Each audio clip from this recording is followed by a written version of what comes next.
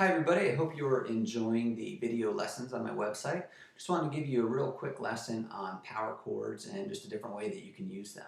For those of you that are not familiar with what a power chord is, a power chord is when you're taking the root note and the fifth note of the major scale and you're playing them together. So for example, if you took C major, the notes in the C major scale are C, D, E, F, G, A, and B.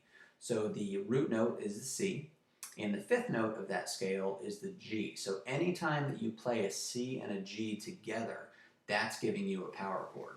Now the typical position that most people think of when they play a power chord, so to keep it with the C major scale, the C5 or the C power chord would be when you put your one finger on the 8th fret of the E string and the 10th fret of the A string.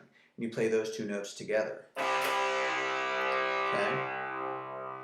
And that is giving you the C5 or the C power chord.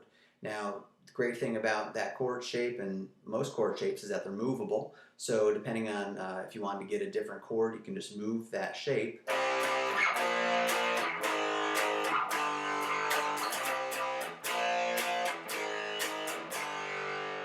To get the different tones. Here's the thing to remember though. All you're thinking about is that you're playing the root note and the fifth note together. That root note does not always have to be the deeper or the lower note of the two.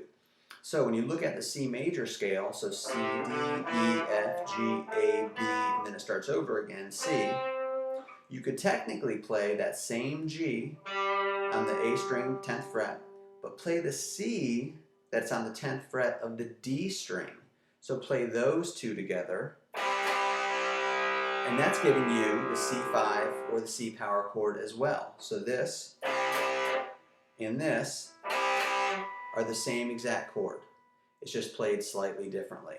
A lot of bands in the 80s like Def Leppard would use that form.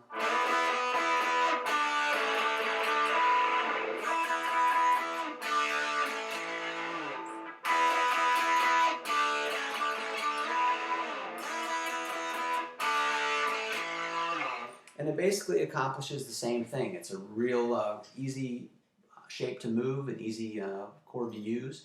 So play around with that. Just remember, all the power chord is playing that root note and the fifth note of the scale. You don't have to get locked into using that one shape. So play around and have a lot of fun with it. So keep on playing and enjoy yourself. Thanks.